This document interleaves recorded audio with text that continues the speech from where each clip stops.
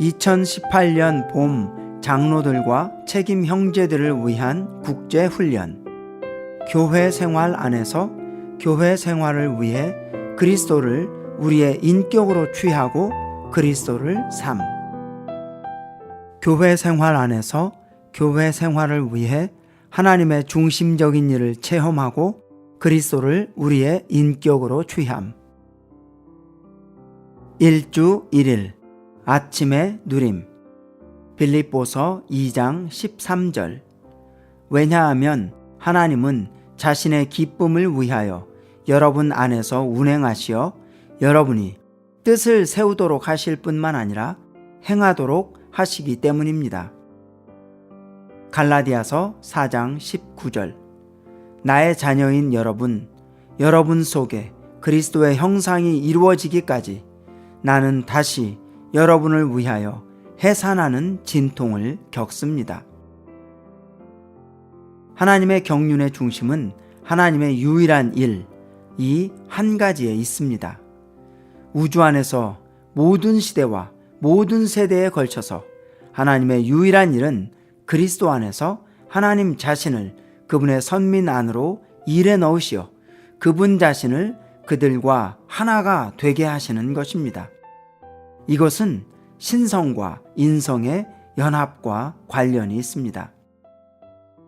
하나님은 그분 자신을 우리 안으로 일해 넣으시려고 사람이 되셨고 이 땅에서 인생을 사셨습니다. 그런 다음 그분은 죽음을 통과하셨고 부활과 승천 안으로 들어가셨으며 완결되시고 생명 주시는 영이 되셔서 우리 안으로 들어오실 준비가 되셨습니다. 우리 안으로 들어오실 때 그분은 우리의 영을 거듭나게 하셨습니다. 지금 그분은 우리 안에서 일하시면서 우리 안에 그분 자신을 증가시키시며 우리 안으로 그분 자신을 건축해 놓고 계십니다. 오늘의 읽을 말씀. 나는 그리스도 안에서 하나님 자신을 우리 안으로 건축해 넣으시려는 하나님의 뜻에 관해 말할 부담이 있습니다. 하나님은 주로 우리를 위해 무언가를 하기를 갈망하시는 것이 아니라 그분 자신을 우리의 존재 안으로 일해 넣으시기를 갈망하십니다.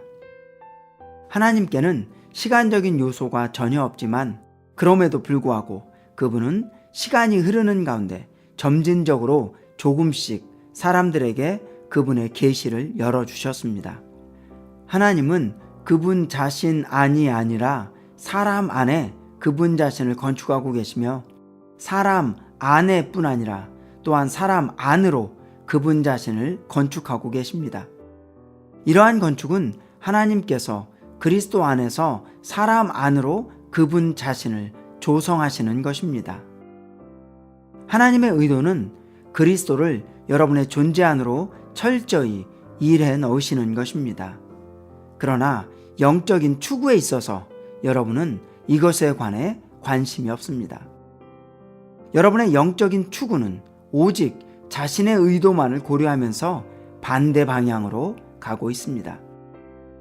나는 주님의 회복 안에 있는 성도들 대부분이 하나님의 의도라는 이 문제를 보지 못한 이 상황에 대해 부담을 갖게 되었습니다. 하나님의 의도는 단순히 여러분이 복음을 전하거나 교회를 감독하는 것이 아닙니다. 하나님의 의도는 여러분이 복음을 전파하고 교회를 감독하는 것을 통하여 그분 자신을 여러분 안으로 일해 넣으시는 것입니다. 하나님의 의도는 그분 자신을 여러분의 내적 요소들이 되게 하시는 것입니다. 그분은 이렇게 일하심으로써 돌 하나로 새 2마리를 잡으십니다. 그분은 여러분을 통하여 일을 성취하실 수 있고 복음을 확산하실 수 있으며 교회를 돌보실 수 있습니다. 동시에 이러한 일들을 통해 그분은 그분 자신을 여러분 안으로 더하실 수 있습니다. 하나님은 여러분의 실수를 고치려는 의도가 없으십니다. 그분의 유일한 의도는 그분 자신을 여러분 안으로 일해 넣으시고 그분 자신으로 여러분을 채우셔서 그분께서 여러분 안에서 무르익게 되시는 것입니다. 나는 여러분이 나의 말을 그저 가르침으로만 여기지 않기를 바랍니다. 나는 여기서 여러분에게 무언가를 보여주고 있습니다. 나는 여러분에게 하나의 길을 지적해주고 있는 것입니다. 나는 이러한 말이 여러분에게 어떠한 흥분이나 자극을 줄 것이라고 기대하지 않습니다. 내가 바라는 것은 오직 주님을 위하는 마음을 가진 이들이 여기서 축복을 얻는 것입니다. 만일 우리가 구약과 신약을 통독한다면 하나님께서 사람 안에서 이루고자 하시는 하나의 특별한 목적을 갖고 계신다는 것을 보게 될 것입니다. 사람을 창조하셨을 때나 사람을 위해 구속을 이루셨을 때에도 하나님은 이 목적을 성취하기를 갈망하셨습니다. 이 목적은 우주의 중심으로 여겨질 수 있습니다. 만일 사람이 이 땅에 사는 동안 이 목적에 부합하지 못한다면 그 사람은 공허함을 느낄 것입니다. 심지어 어떤 사람이 그리스도인이라 할지라도 이 목적을 보지 못했다면 자신의 삶이 아무런 의미가 없다고 느낄 것입니다. 하나님은 여러 방식으로 그분의 말씀을 통해 이 목적이 무엇인지를 우리에게 보여주십니다. 하나님의 목적은 그분 자신을 사람 안으로 일에 넣으시는 것입니다. 요한계시록 끝에서 우리는 새하늘과 새 땅에서 하나님의 일이 완성될 때 사람 안으로 하나님 자신을 일에 넣는 일이 완전히 이루어진 것을 봅니다. 그때 하나님은 완전히 사람 안에 계실 것이고 사람은 완전히 하나님 안에 있게 될 것입니다. 하나님과 사람은 하나가 될 것입니다. 우리는 자신이 멸망하거나 지옥에 가도록 정해졌다고 생각했을지도 모릅니다. 그리고 구원받은 뒤에는 구원받은 사람으로서 하늘에 가는 것만으로도 만족한다고 생각했을지도 모릅니다. 그러나 이것은 하나님의 최고의 목적, 최종적인 목적이 아닙니다. 하나님의 최고의 목적, 최종적인 목적은 그분 자신을 사람 안으로 일에 넣으시는 것입니다.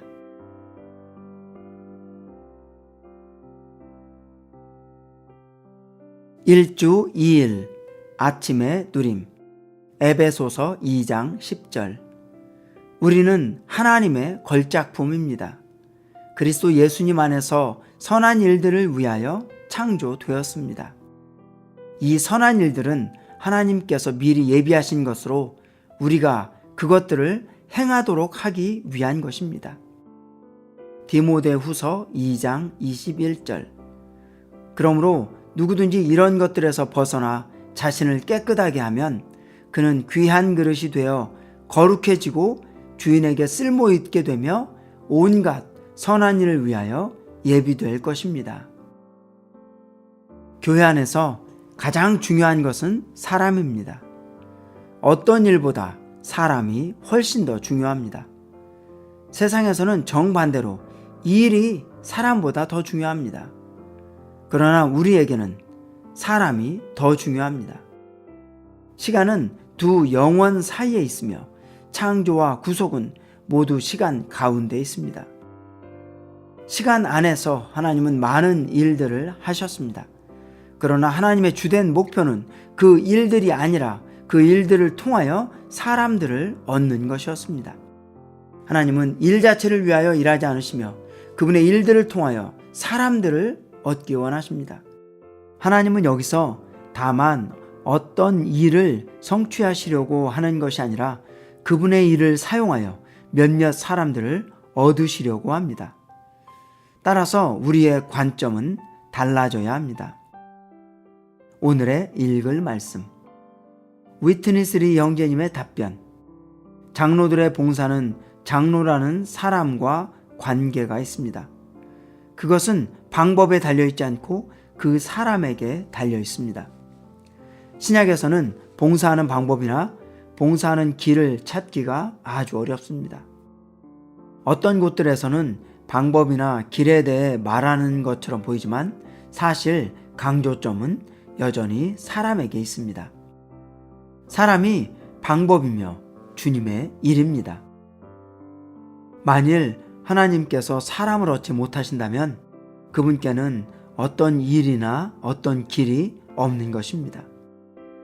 길은 어떤 이가 취하는 과정입니다. 만일 하나님께서 사람을 얻지 못하신다면 그분께는 취할 과정이 없는 것입니다. 사람은 가장 중요한 일이 좋은 방법을 찾는 것이라고 생각합니다. 그러나 하나님의 일은 우리에게 여러 방법을 주는 문제가 아니라 사람들을 얻는 문제입니다. 만일 하나님께서 여기서 두세 명의 형제들을 얻으실 수 있다면 그분은 길을 얻으실 것입니다. 비록 내가 여러분에게 장로가 되는 가장 좋은 방법을 알려준다고 하더라도 사람이 잘못되었다면 그 방법은 쓸모가 없습니다. 하나님은 반드시 사람인 우리를 얻으셔야 합니다. 우리는 합당한 일을 하는 것보다 합당한 사람이 되는 것을 배워야 합니다. 합당한 사람이 되지 않은 채 합당하게 일만 하는 것은 의미가 없습니다. 여러분이 어떠한 사람이라면 여러분이 하는 일도 그러합니다. 여러분은 사람으로서의 자신의 어떠함을 넘어서 하나님을 섬길 수 없습니다. 허드슨 테일러는 연합과 교제라는 책에서 우리의 어떠함이 우리가 하는 일보다 더 중요하다고 말했습니다. 이 말은 나에게 깊은 인상을 남겼습니다. 우리는 형제자매들을 적절하게 돕는 법을 배워야 합니다. 사도는 장로들에 대해 말할 때 장로들이 하는 일에 대해서는 거의 말하지 않았고 주로 그들이 어떤 종류의 사람들이어야 하는지에 대해 말했습니다. 여러분의 마음이 주님의 사랑에 매혹된다면 여러분은 기꺼이 자신을 주님께 드리려고 할 것입니다. 이 말은 매우 간단하면서도 직선적인 말입니다. 여러분이 다른 이들에게 도움을 줄 수 있는 정도는 여러분이 진보한 정도에 의해 결정되며 또한 여러분이 배운 정도에 의해 결정됩니다.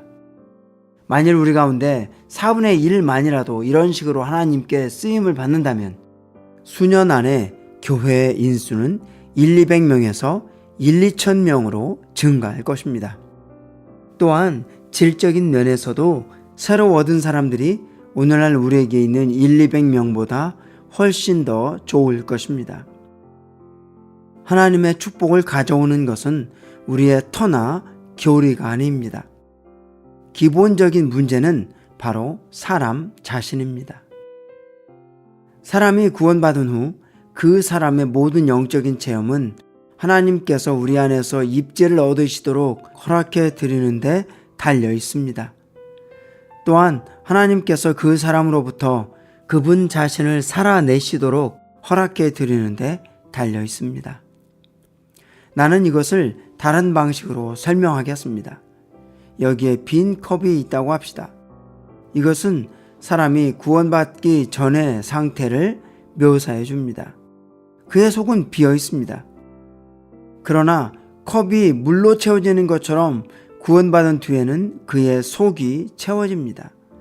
구원이 우리를 하늘로 데려가는 것이라고 말하지 마십시오.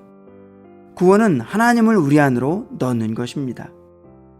주님은 그분 자신을 우리 안으로 넣으시려는 목적을 위해 그분 자신의 피로 우리를 씻으십니다.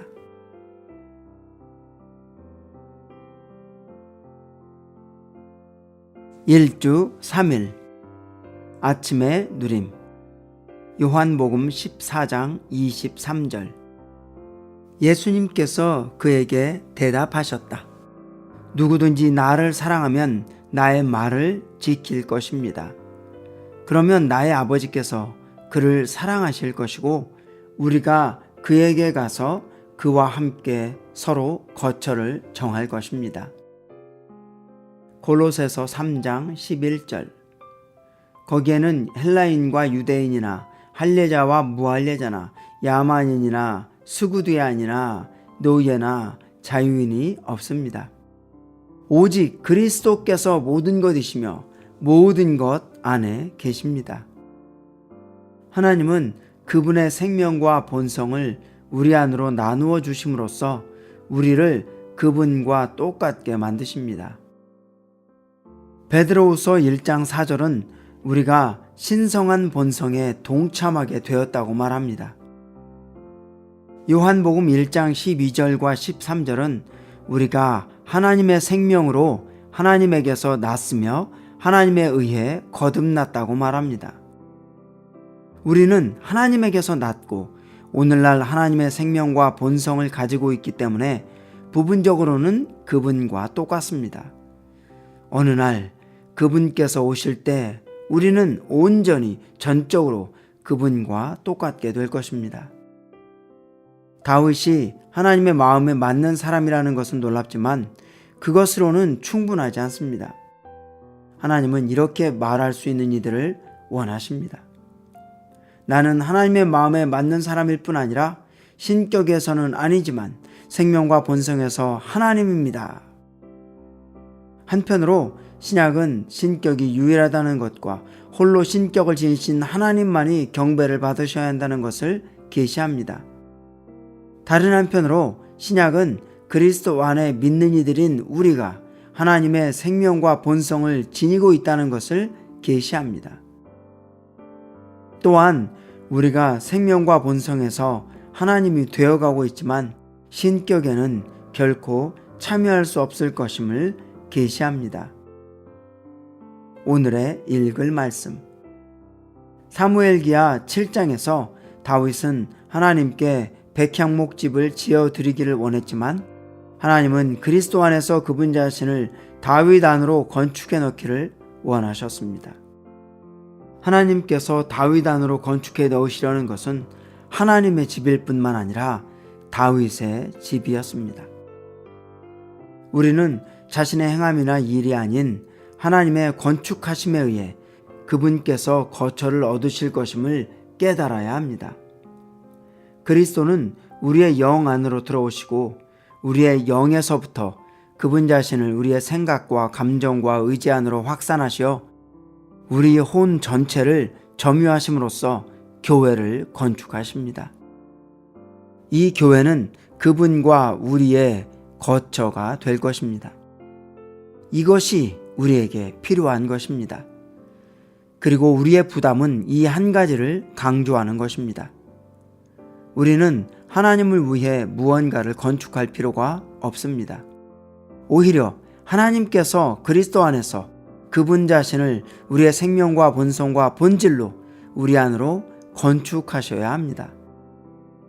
결국 삼위 하나님께서 우리의 내재적인 조성이 되실 것입니다.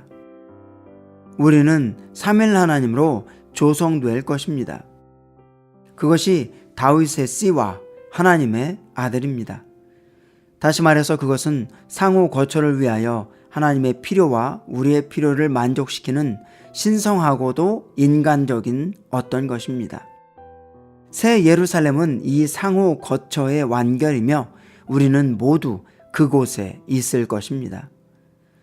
사무엘기하 7장은 예표의 방식으로 예언을 하며 우리가 하나님을 위하여 무언가를 건축할 필요가 없다는 것을 보여줍니다.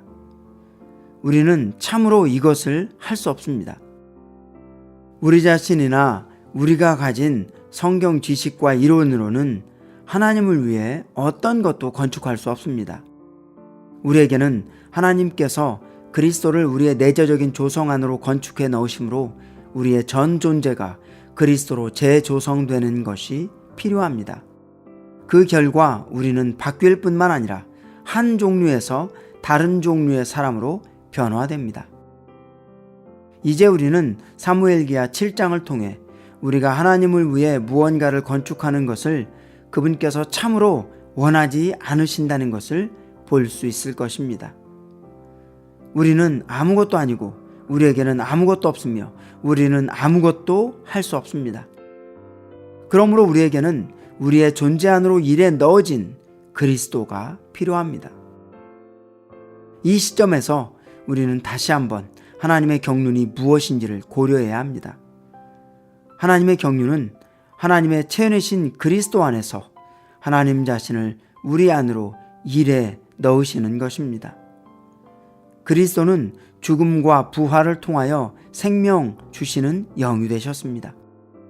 이제 우리는 하나님께서 그 영이신 그리스도를 우리 존재의 각 부분 안으로 일에 넣으시도록 허락해 드리는 것이 필요합니다. 하나님께서 이렇게 하시면 하실수록 우리는 더욱더 이렇게 선포할 수 있을 것입니다. 나에게 있어서 삶은 그리스도이고 나는 그리스도와 함께 십자가에 못 박혔습니다. 그러므로 이제는 더 이상 내가 사는 것이 아니라 그리스도께서 내 안에 사십니다.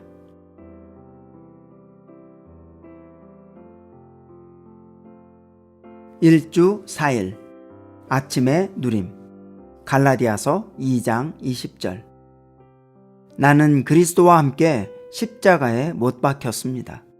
그러므로 이제는 더 이상 내가 사는 것이 아니라 그리스도께서 내 안에 사십니다.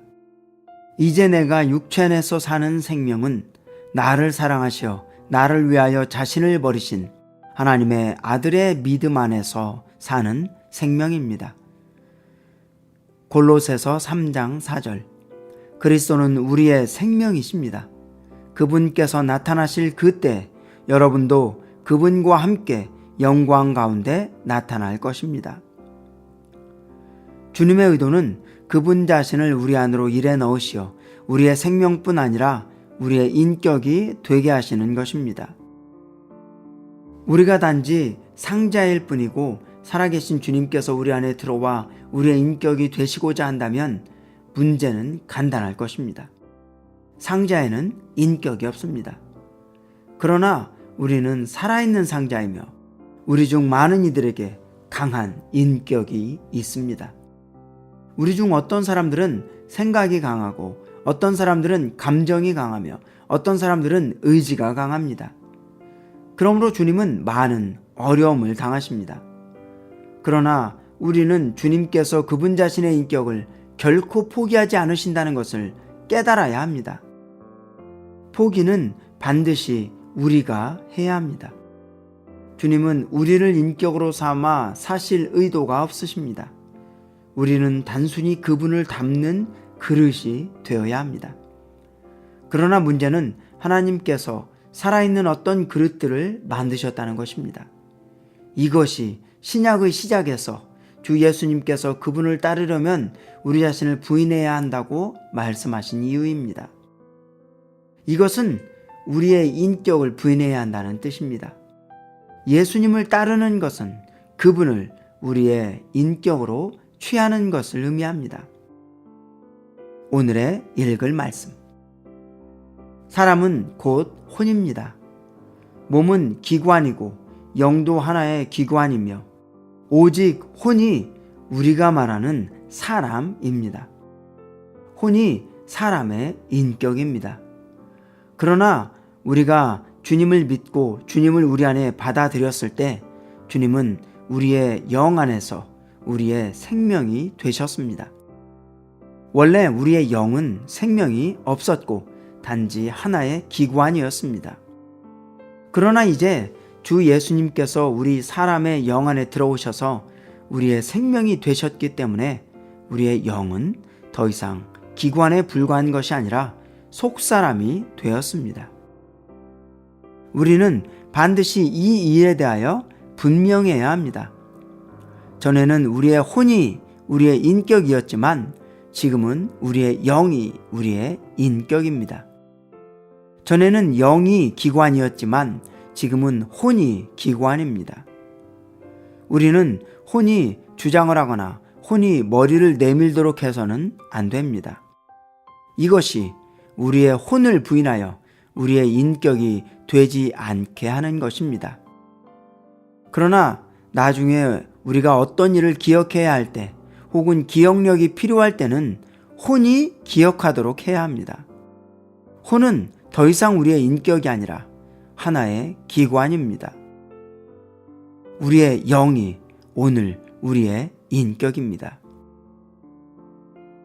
겉사람은 우리의 몸과 혼을 포함합니다. 몸은 겉사람의 기관이며 혼은 겉사람의 생명과 인격입니다. 속사람은 우리의 거듭난 영과 새로워진 혼을 포함합니다. 거듭난 영은 속사람의 생명과 인격으로 혼은 그의 기관으로 하여 존재합니다. 혼의 생명은 거절되어야 하며 반면에 혼의 기능들인 생각과 의지와 감정은 속사람의 인격인 영에 의해 사용될 수 있도록 굴복됨으로써 새로워지고 높여져야 합니다. 우리는 지금 두 생명, 곧 우리의 혼 안에 있는 인간 생명과 우리의 영 안에 있는 신성한 생명을 갖고 있고, 두 사람, 곧 혼적인 사람인 겉사람과 영적인 사람인 속사람을 갖고 있습니다. 우리는 이 두 생명에 의해 동시에 살 수 없습니다. 한 번에 오직 한 생명에 의해서만 살 수 있습니다. 그러므로 우리는 인간 생명이 아닌 신성한 생명에 의해, 겉사람이 아닌 속사람에 의해 살아야 합니다. 우리가 태어나기 훨씬 전에 우리의 옛사람은 그리스도와 함께 십자가에 못 박혔습니다. 따라서 우리의 혼적인 사람인 겉사람에 의해 살아서는 안 되고 영적인 사람인 속사람에 의해 살아야 합니다. 고린도후서 4장 16절은 우리의 겉사람은 썩어가고 있지만 우리의 속사람은 나날이 새로워지고 있습니다 라고 말합니다. 우리의 겉사람은 죽음에 죽이는 일로 인해 소멸되며 마모되고 있지만 우리의 속사람은 부활 생명의 신선한 공급으로 인해 보양받고 있습니다. 우리는 그리스도를 생명으로 삼는 새 사람인 속사람에 의해 살아야 합니다. 그리스도께서 속사람 안에 생명으로 계시기 때문에 속사람에 의해 사는 것은 우리의 인격이신 그리스도에 의해 사는 것입니다.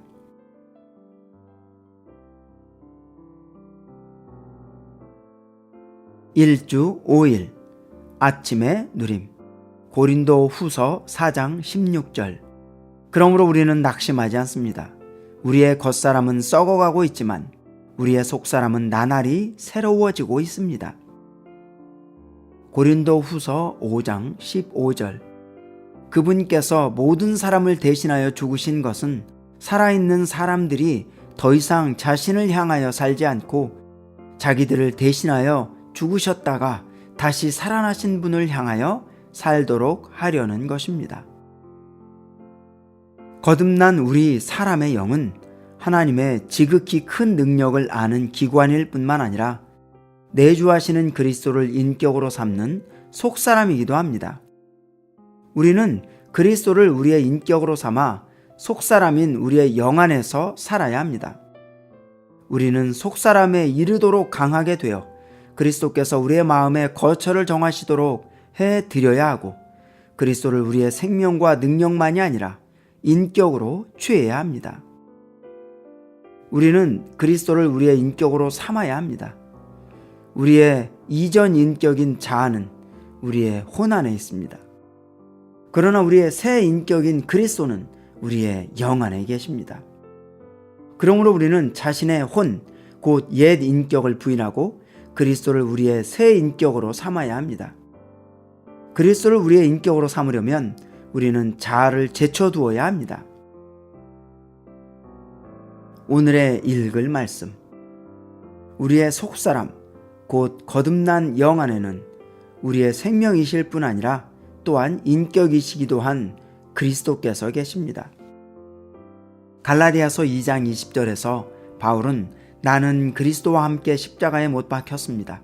그러므로 이제는 더 이상 내가 사는 것이 아니라 그리스도께서 내 안에 사십니다 라고 말합니다.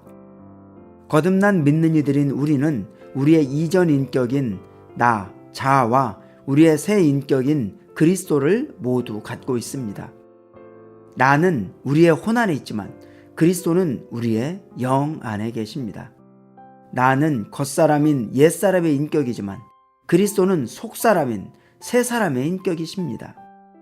우리 안에는 두 인격이 있습니다. 곧 나와 그리스도입니다.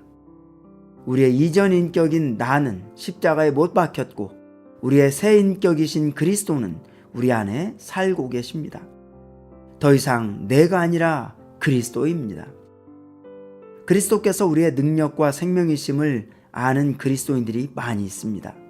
그러나 그분께서 우리의 인격이시라는 것을 아는 그리스도인들은 드뭅니다. 그리스도는 모든 신성한 속성의 실제이실 뿐만 아니라 또한 우리 속사람의 인격이시기도 합니다. 거듭난 믿는 이들인 우리는 안에 그리스도를 우리의 인격으로 모시고 있습니다. 우리에게는 이 기묘하고도 심오한 비밀을 설명할 만한 언어나 구변이 부족합니다. 우리는 생명과 인격의 차이를 보아야 합니다.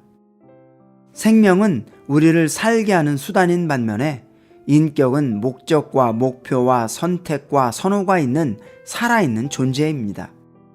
우리는 우리의 생명이신 그리스도에 의해 살아야 할 뿐 아니라 그분을 우리의 인격으로 삼아야 합니다.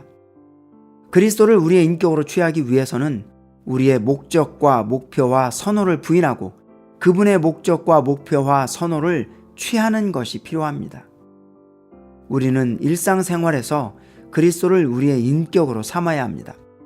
백화점에 가서 어떤 물건들을 구입하고자 할 때 우리의 주된 초점은 우리가 구입하는 물건이 주님의 뜻에 맞느냐의 여부가 아니라 누가 구입하느냐, 곧 자신이 구입하는지 아니면 그리스도께서 구입하시는지에 맞추어져야 합니다.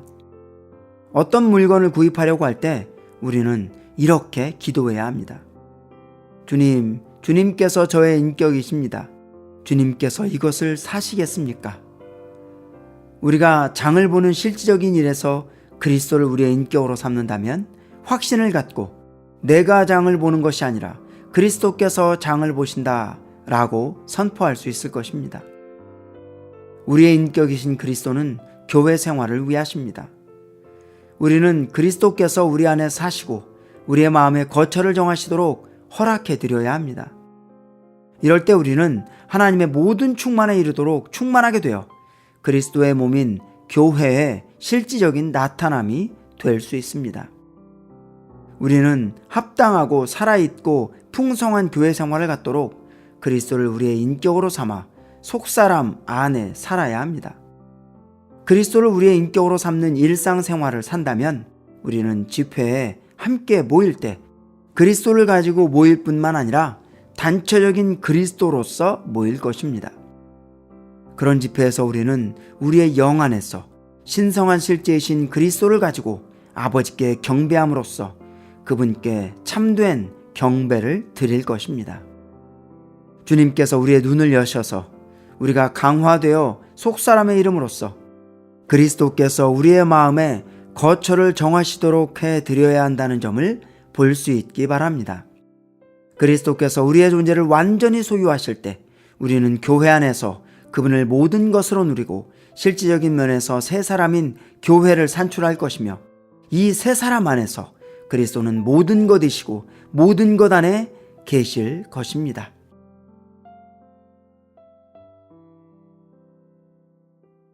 일주 6일 아침의 누림 에베소서 3장 17절 믿음을 통하여 그리스도께서 여러분의 마음에 거처를 정하시게 하시며 여러분이 사랑 안에서 뿌리를 내리고 털을 잡아서 에베소서 3장 21절 교회 안에서와 그리스도 예수님 안에서 영광이 대대로 영원 무궁히 있으시기를 바랍니다. 아멘. 그리스도는 우리의 영 안에 계실 때는 우리의 생명이시지만 우리의 마음 안으로 확산되실 때는 우리의 인격이 되십니다. 우리는 그리스도를 우리의 영 안에서 생명으로 취할 뿐 아니라 우리의 마음 안에서 인격으로 취해야 합니다. 우리가 그리스도를 우리의 인격으로 취하여 그분께서 우리의 마음 안으로 확산되시도록 허락해 드린다면 우리의 마음 안에 살고 있는 인격은 자아가 아니라 그리스도일 것입니다. 실제로 우리의 마음이 그리스도의 집이 되어야 합니다. 그분은 반드시 우리 안에 사시고 우리 안에 정착하실 수 있어야 합니다. 자아가 아니라 그분께서 우리의 마음을 점유하셔야 합니다. 가장 중요한 질문은 우리의 마음 안에 누가 살고 있고 우리의 마음 안에 누가 거주하고 있는가입니다. 우리가 여전히 우리의 마음 안에 살고 있는 인격이라면 우리의 마음은 자아의 집이지 그리스도의 집이 아닙니다. 이러한 이유로 우리는 일상생활에서 그리스도를 우리의 인격으로 취하는 실제를 가질 수 있도록 우리 자신과 다른 이들을 위해 기도해야 합니다. 오늘의 읽을 말씀. 우리는 모든 일을 자아에 의해서가 아니라 그리스도에 의해서 해야 합니다. 그분의 취향과 선호가 우리의 취향과 선호가 되어야 합니다. 그럴 때 그리스도는 우리의 생명이실 뿐 아니라 우리의 인격이 되실 것입니다. 그리고 주님은 우리의 마음 안에서 확산되시고 우리의 마음을 점유하시며 우리의 마음 안에 완전히 거처를 정하실 것입니다. 결국 주님은 그분 자신으로 우리를 완전히 적시실 것이고 우리는 더 이상 우리의 자아에 의해서가 아니라 그리스도에 의해서 살 것입니다. 우리가 교회 생활을 하기 원하면서도 그리스도를 우리의 인격으로 취하지 않는다면 우리는 다른 이들과 섞일 수 없습니다. 왜냐하면 우리 모두는 본성에 있어서 서로 다르기 때문입니다. 우리 각 사람은 자신의 취향과 선호를 가지고 있습니다. 우리가 혼자 있을 때에는 그리스도의 부활 능력을 체험할지 모르지만 집회소에서 모일 때에는 우리의 취향과 선호가 우리 안에서 쉽게 나올 수 있습니다. 우리가 집회소에 오기 전에는 부활 능력을 체험했을지 모르지만 집회소에 와서 의자를 특별한 방식으로 청소해달라는 부탁을 받는다면 쉽게 귀찮아할 수도 있습니다. 우리가 우리의 옛사람이 우리의 인격이 되도록 허락할 때는 교회 생활을 하는 것이 불가능합니다. 교회 생활을 하기 원하는 이들은 반드시 혼 생명과 자아와 옛사람을 부인해야 합니다. 우리는 모두 자신의 머리를 덮고 그리스도를 우리의 인격으로 취해야 합니다. 살아있는 인격이신 그리스도는 교회 생활의 내용이자 실제이십니다. 우리가 우리의 인격이신 그리스도로 말미암아 살지 않는다면 우리는 타고난 사람으로 곧 우리의 타고난 조성이나 인종에 근거한 문화나 민족적인 특징이나 종교적인 배경을 따르는 사람으로 남아있을 것입니다. 그러나 우리가 그리스도를 우리의 인격으로 삼는다면 그분께서 우리의 마음에 거처를 정하시고 우리 안에서 확산되시며 우리의 내적 존재 전체를 차지하실 것입니다. 그 결과 우리는 그리스도로 조성됨으로써 실질적으로 교회 생활 안에서 살게 될 것입니다. 오늘날 교회는 한 세 사람이며 이 세 사람의 인격은 바로 그리스도 자신입니다. 우리는 모두 그리스도를 우리의 인격으로 취해야 합니다. 이 인격 안에서 우리는 교회 생활을 할 수 있습니다. 우리는 교회가 몸이라는 인식을 가질 뿐 아니라 한 단계 더 전진하여 교회가 한 세 사람이라는 인식을 가짐으로써 주님 자신이 이 세 사람 안에서 인격이 되시게 해야 합니다. 이럴 때 우리 모두는 주님의 사랑 안에서 뿌리를 내리고 털을 잡을 수 있게 되고 성도들과 함께 그리스도의 너비와 길이와 높이와 깊이가 어떠한지를 깨달을 수 있게 되며 그분의 사랑이 너무나도 달콤하여 모든 지식을 초월한다는 것을 알 수 있게 됩니다. 이렇게 될 때 우리는 하나님의 모든 충만에 이르도록 충만하게 됩니다. 그리고 날마다 옛사람을 벗어버리고 날마다 새 사람을 입게 됩니다. 이 새 사람이 바로 교회 생활입니다.